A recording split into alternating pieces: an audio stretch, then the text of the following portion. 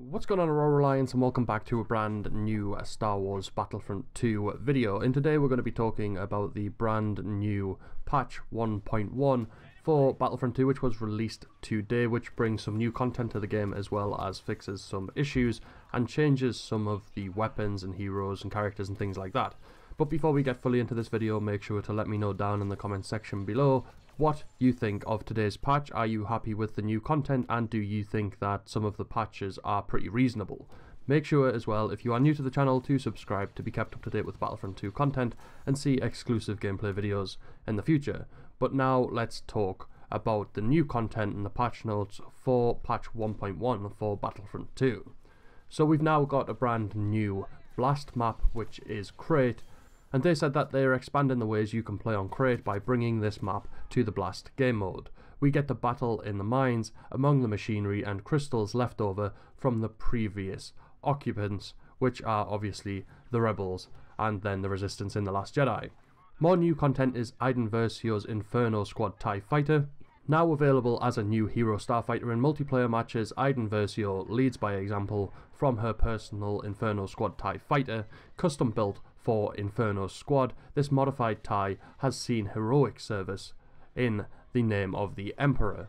And Iden's Inferno Squad TIE Fighter has 4 abilities: Afterburner, which gives the starfighter a temporary speed boost and breaks enemy missile lock. The Afterburner can be cancelled after a short time.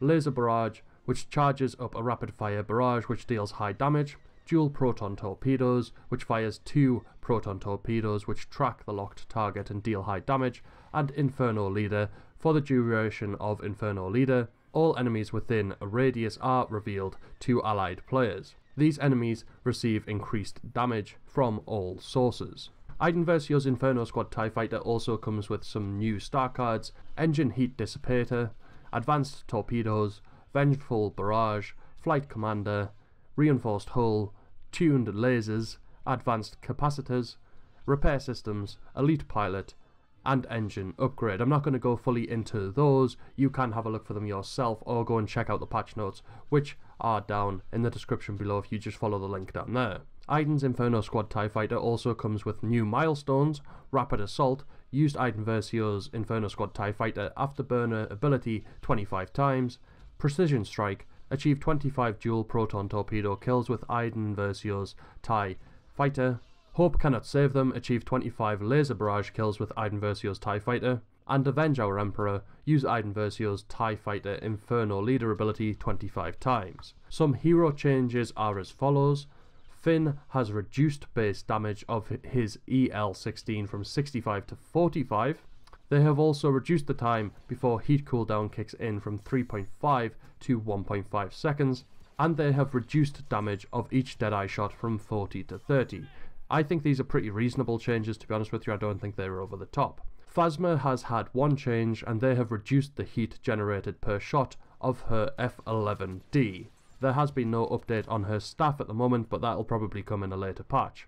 There has been one fix for Lando. They have fixed a bug where maximized efficiency was not properly granting cooldown reduction, and they have changed some things for Boba Fett.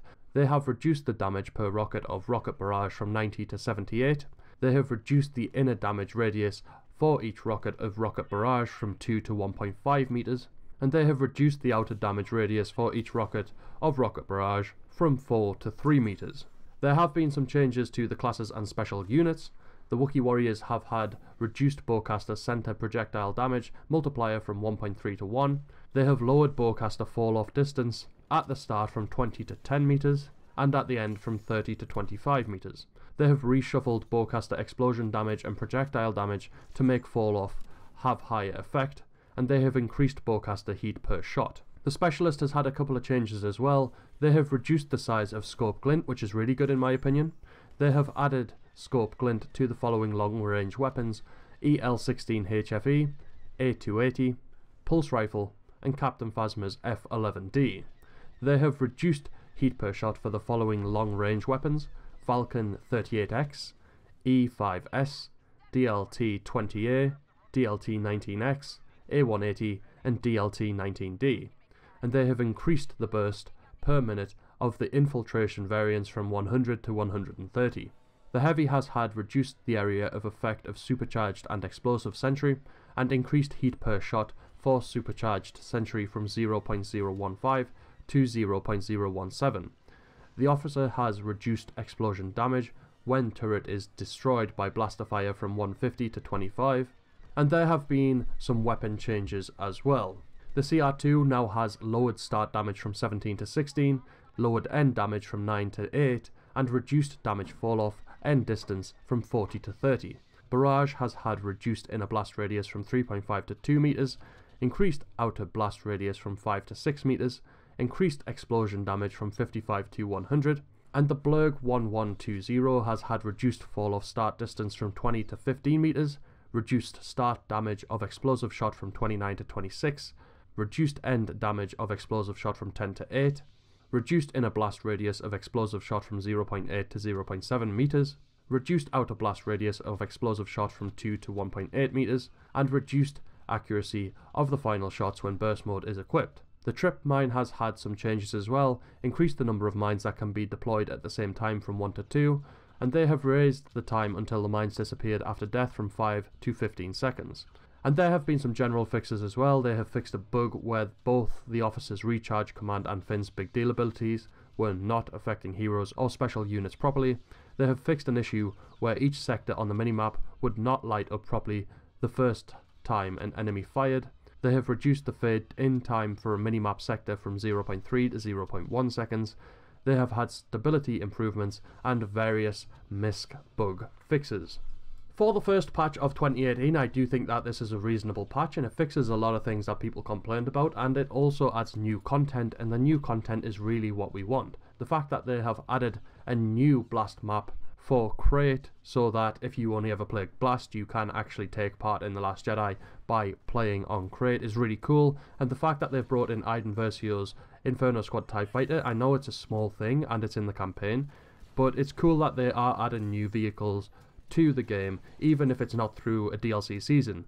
If they are going to add content to the game through updates, that'll be really cool, as they have said before that they are going to try and update the game every 2 weeks, so maybe we can actually expect small drops of content every 2 weeks. That's not confirmation, that's just me guessing, but it would be cool if, say, they added a new hero every 2 weeks, or they added a map every 2 weeks, or something like that, just something to keep the game really fresh in between the DLC seasons, which might be months apart. We don't know the timescale on how they will be released. It's also worth noting as well that they have added a nighttime setting, if you want to call it that, for the maps of Tatooine, and it looks insanely cool. You will have seen gameplay of it throughout this video.